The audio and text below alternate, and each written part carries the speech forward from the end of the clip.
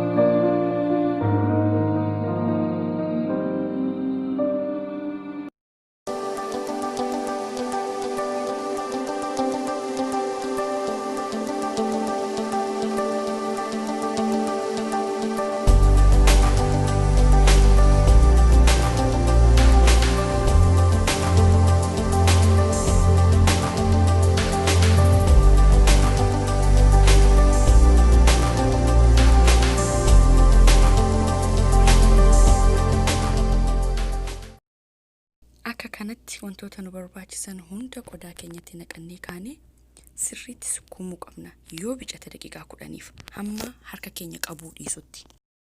Niin booda qodaa sila itti bukeessanitti zayita dibuudhaan bukoo keessanii sirriitti keddaatanii daqiiqaa 20 takkoof lafa keessu yookaan hamma inni qopha'u. Daqiiqaa 20 booda egaa bukoon keessan kana fakkaachuudhaati qaba laafaa ta'uu qaba.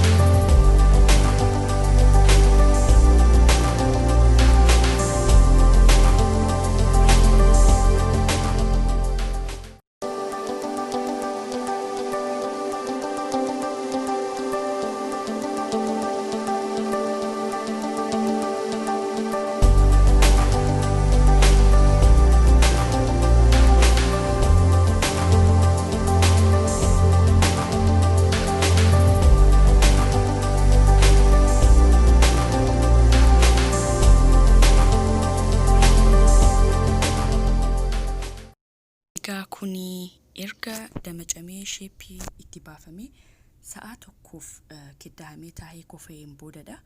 Hanqaaquu tokkoo fi aannan fallaana tokko waliin makuudhaan brushii keenyaan irra isaa dibna. Kuni maaliif fayyada? Akka inni yeroo inni bilchaatu golden brown ta'ee bareedu taasisaa jechaadha. Yeroo kana gootan oviniin keessan 350 Fahrenheit irra preheat tahuu qaba. Akkuma kana brush gootanii kaataniin daqiiqaa 20f ovenii keessatti bilcheessuudhaati qabdu. Resultiin keenya kana fakkaata. Yoo video kana jaallattan share, subscribe gochuu hin irraanfatinaa. Waan nu daawwattaniif galatooma. Hanga video biraatiin wal agarrutti nagaatti naaf tura.